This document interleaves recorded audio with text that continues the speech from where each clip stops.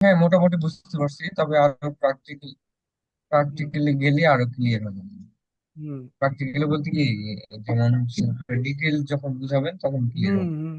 হ্যাঁ, এখন সেটা বুঝতে পারছি যা বুঝেছি।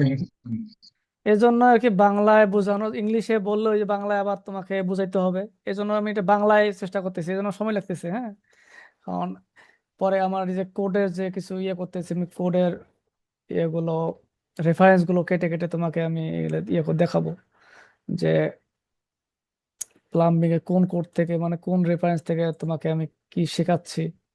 হ্যাঁ, যে তোমার পাইপ সাইজিং, তারপর তোমার স্ট্যান্ডার্ড গুলো একটু গো থ্রু করাবো আর কি, বুঝছো না? এই জন্য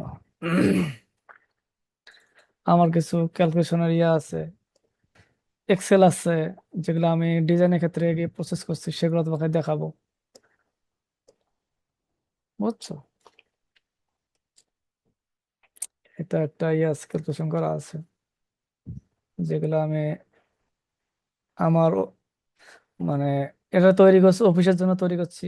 প্রথমের দিকে একটা রাইট আপ, এটা আমি ইউজ করি, সেটা 18 সালে এটা তৈরি করছি।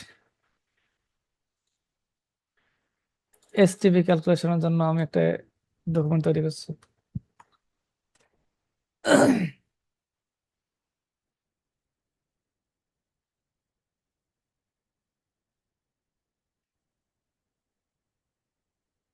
এগুলোর এক্সেল ফাইলও আছে, যেগুলো আমাদের ইনপুট দিয়ে সবকিছু ইয়ে করা যায়।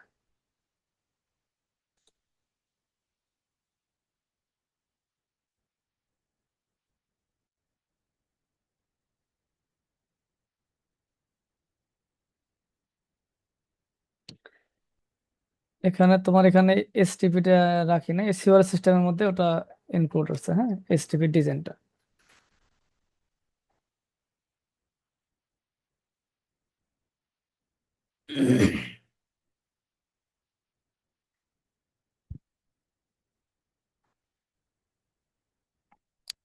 তো ঠিক আছে, আজকে এই পর্যন্ত থাক। হ্যাঁ, তাহলে আমাদের নেক্সট ক্লাসটা তো তোমাকে জানাই দেবো।